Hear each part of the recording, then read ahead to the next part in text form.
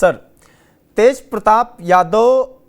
क्या ये माना जाए कि तेज प्रताप यादव पे ही क्यों एआईएमआईएम जिस तरीके से तीसरा एक ऑप्शन तलाश रही है, अब महागठबंधन ऑप्शन नहीं रह गया, थर्ड फ्रंट अगर बनना चाहती है तो क्या 2020 में जिस तरीके से कुशवाहा ने मदद किया एआईएमआईएम का, बीएसपी ने मदद किया, वैसी कौन सी पार्टियां हैं जो मदद कर सकती हैं एआईएमआईएम को? क्या ये इस तरीके की छोटी पार्टियों से कुछ लाभ मिल सकता है जो 5 सीटों पर 6 सीटों पर जो जीतने का जो स्थिति बन पाई थी पिछली बार? क्योंकि हमने देखा था पिछली बार का जो थर्ड फ्रंट बना था उसमें सिर्फ एआईएमआईएम को फायदा नहीं मिला था, ये कहीं ना कहीं सक्सेस हुआ था। मायावती ने एक सीट जीता भी था और मायावती के एक सीट पे जीतते जीतते रह गया था कैंडिडेट, यानी कि वोट तो ट्रांसफर हुए थे। इस बार क्या स्थिति बन सकती है? देखिए अंकित जी, जहां तक तेज प्रताप का है, मैं तेज प्रताप को बहुत महत्व नहीं देता। देखिए तेज प्रताप थे क्योंकि लालू प्रसाद यादव के बेटे थे वो, और सीट वो चाहे महुआ की जीते हों चाहे दूसरी सीट जीते हों, वो इसीलिए जीते थे कि वो आरजेडी में थे और लालू प्रसाद जी के पुत्र थे, और राबड़ी जी की उन पे ज्यादा प्रेम है, उनके साथ है। तो वो तमाम फैक्टर थे, इसलिए अब तेज प्रताप जो, और ज्यादातर तेज प्रताप जो है वो जनता से कटे हुए रहे हैं, और वो नेता कतई नहीं है। उनको देखने से भी, उनके व्यक्तित्व से भी,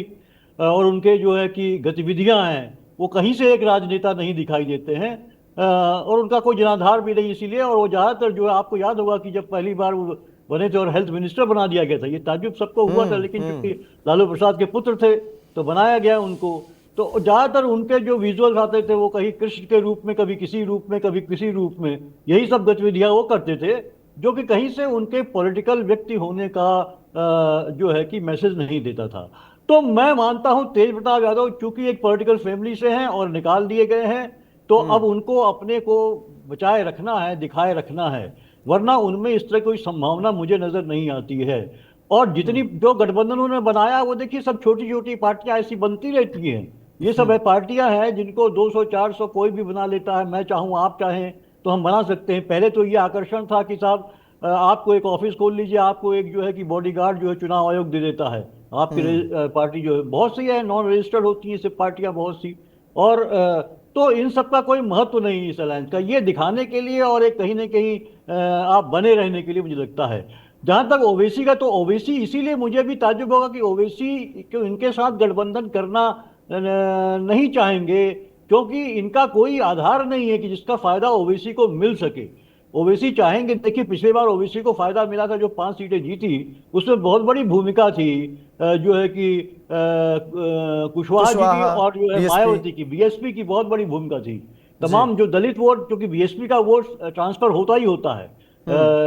इसकी गारंटी है, मायावती के एक इशारे पे, कहने पे पूरा दलित जो वोट है उनके पार्टी का वो ट्रांसफर हो जाता है। और उपेंद्र नाथ कुशवाहा का अपना जो ओबीसी वोट बैंक है वो था, तो उसकी वजह से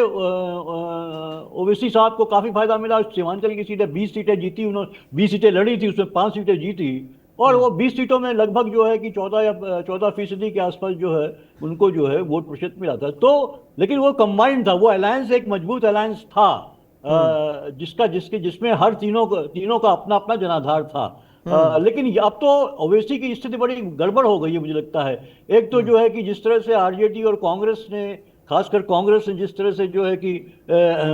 वक्फ बोर्ड वाले मामले को लेके जिस तरह से स्टैंड लिया है, वो उसको लेके जो है ओवैसी के लिए बड़ी मुश्किल हो गई है, और ओवैसी का अब वो प्रभाव खट रहा है, जिसकी हमने देखा साफ साफ 5 सीटें उन्होंने 2020 में जीती थी और 4 एमएलए उनके चले गए आरजेडी में। तो वो बात नहीं है, उस टाइम में था 2020 में निश्चित रूप से वो एक चुनौती देने के रूप में थे। लगातार धीरे धीरे, हालांकि दिल्ली में भी उन्होंने 2 सीटों पे काफी, एक सीट में तो काफी अच्छा प्रभाव दिखाया था, उन्होंने काफी टक्कर दी थी। लेकिन मुझे लगता है कि इस बार बिहार का चुनाव जो है कि इस तरह का चुनाव होने जा रहा है, क्योंकि एक तो इसमें एक जो है कि कंटेस्टेंट जो है वो चुनाव आयोग भी है, तो निश्चित रूप से देखिए बड़ा टेढ़ा होने जा रहा है। ऐसे में हर कोई चाहेगा कि कोई अलायंस मजबूत हो, कि कोई वोट का बिखराव ना हो, और उसके लिए मुझे लगता है कि ओवैसी, इसीलिए आरजेडी ने कहा कि आप जो है कि हम गठबंधन तो नहीं करेंगे, आप चुनाव ही मत लड़िए, और जो है कि आप अपना वोट जो है हमें ट्रांसफर करें अगर आप चाहते हैं कि भाजपा को हराया जाए। तो अगर ओवैसी अलग लड़ेंगे तो निश्चित रूप से वो वोट काटेंगे, वो जो अल्पसंख्यक वोट है उसको काटेंगे, लेकिन उतना नहीं काट पाएंगे, जहां तक मेरी जो समझ है, जिस तरह का जो है, क्योंकि अब वो प्रभाव नहीं रहा, सीमांचल में भी ओवैसी का वो प्रभाव नहीं रहा जो जो उनका पहले था। एक टाइम में वो कंसोलिडेट करने की स्थिति में दिखाई दे रहे थे ऑल इंडिया लेवल पे। हालांकि हाँ। महाराष्ट्र में उनका प्रभाव है, हैदराबाद तो उन्हीं का इलाका है। ऑल इंडिया लेवल पे वो मुस्लिम वोटों को कंसोलिडेट करने के दिखाई दे रहे थे, इस आधार पे कि मुसलमान वोटों को ले तो लेती हैं हर पार्टियां, लेकिन इस्तेमाल करके जो है उनको जो है कि फिर उनका कोई अधिकार नहीं देती, या उनको कोई पद नहीं देती, उस तरह से कोई उनको भागीदारी नहीं देती हैं, आगे तो तक नहीं लेके जा के पाती हैं। ये बात चर्चे में भी चल रही है कि कहीं ना कहीं कि आदिल जी, मैं आपके पास आऊंगा कि 2020 के चुनाव के बाद एक आरजेडी ने भी एक संदेश देने की कोशिश की, और इसीलिए वो अड़ी भी है, ये कहा जा रहा है ओवैसी को साथ नहीं लेना चाह रही, इसीलिए कि ठीक है ये चुनाव अगर लड़ेंगे भी तो ये आगे तक सरवाइव नहीं कर पाएंगे, क्योंकि पिछली बार देखा गया कि 5 अगर विधायक थे और वो उनमें से 4 चले गए। दूसरी चीज ये है कि पब्लिक को भी अब अगर जो आरजेडी का सपोर्टर है या वो वोटर जो बदलना चाहता है, बिहार में सत्ता को परिवर्तित करना चाहता है, वो कहीं ना कहीं उसको लगेगा कि वोट खराब हो गया है, या पिछली बार एक संदेश गया कि सरकार उसी वजह से बनते बनते रह गई। ये बात चल रही है।